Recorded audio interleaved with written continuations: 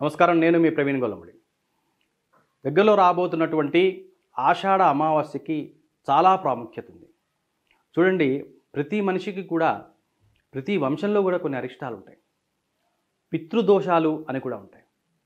దీని ప్రకారంగా కొన్ని అప్రయోజకత్వాలు మన నెక్స్ట్ జనరేషన్కి, మన ఉత్తరాధికారులను తగులుకుంటూ ఉంటాయి అన్నమాట.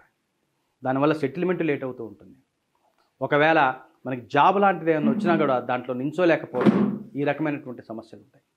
అదేవిధంగా వివాహ సమయంలో వివాహం కాకపోవటం, కావాల్సిన సమయానికి ఏదీ కాకపోవటం, ఒకవేళ వివాహం జరిగిన అనేక రకాలైనటువంటి సమస్యలు ఉండటం, అసలు ఉత్తరాధికారులే ఆగిపోవటం, అంటే సంతానం జరగకపోవటం, కుటుంబం ఆగిపోవటం, ఈ రకమైనటువంటి అనేక రకాలైనటువంటి అరిష్టాలను పితృదోషాలు అంటారు.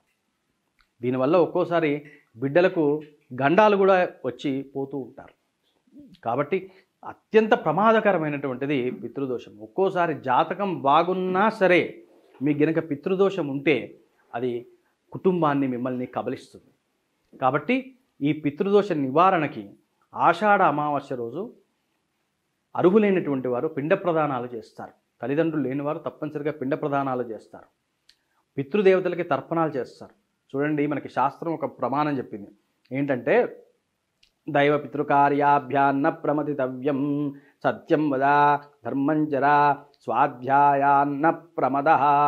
దైవ పితృకార్యాలు వదిలిపెట్టొద్దు అంది. కేవలం దైవ కార్యాలు మాత్రమే కాదు, పితృకార్యాలు కూడా అంతే ఇంపార్టెంట్ అని చెప్పింది. ఎందుకంటే పితృదేవతలు ఎవరైతే ఉన్నారో ఆయన పరమశివుళ్ళు, ఆయన ఊరు. పితృదేవతలు అంటే మళ్ళీ చనిపోయిన తర్వాత మన ఫోటోలో ఉన్న వాళ్ళు అక్కడెక్కడో ఉన్నారని కాదు దాని అర్థం. పితృదేవతలలో శివుడే పితృదేవతగా ఉన్నాడు.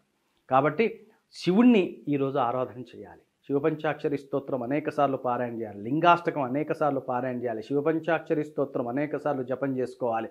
అదే రోజు మనం వెళ్ళి శివుడికి అభిషేకం చేయాలి.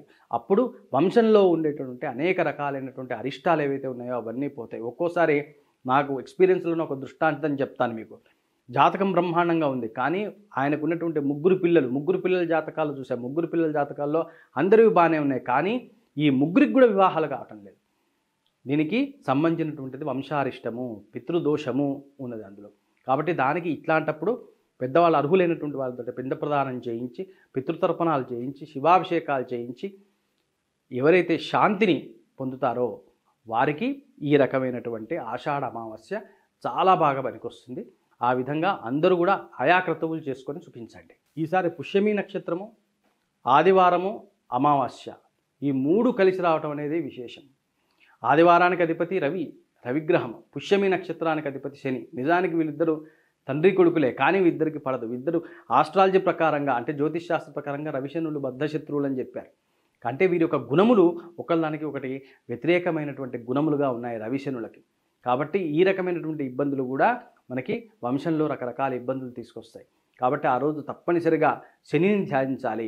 సూర్యాష్టకం అనేకసార్లు పారాయణ చేయాలి. దీనివల్ల ఉద్యోగంలో ఉన్నటువంటి ఇబ్బందులు పోతాయి.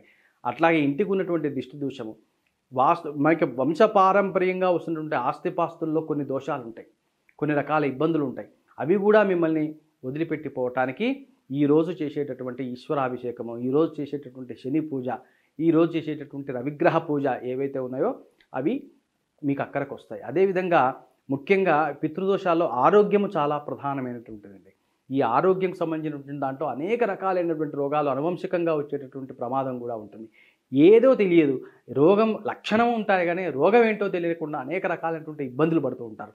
వాళ్ళందరూ కూడా ఆదిత్య హృదయ పారాయణ చేయండి. ఆ రోజు సూర్యాష్టక పారాయణ చేయండి. తీరిక, ఓపిక, ఆసక్తి ఉన్నవారు మీకు సూర్యనారాయణ స్వామి యొక్క దేవాలయానికి వెళ్ళి అక్కడే కూర్చొని ఆదిత్య హృదయ పారాయణ చేయటం వల్ల సకల దోషాలు తొలగి హాయిగా సుసంపన్నంగా పుణ్యాత్ములై పాపం కరిగిపోయి హాయిగా ఉంటారు. ఈ విధంగా చేయండి.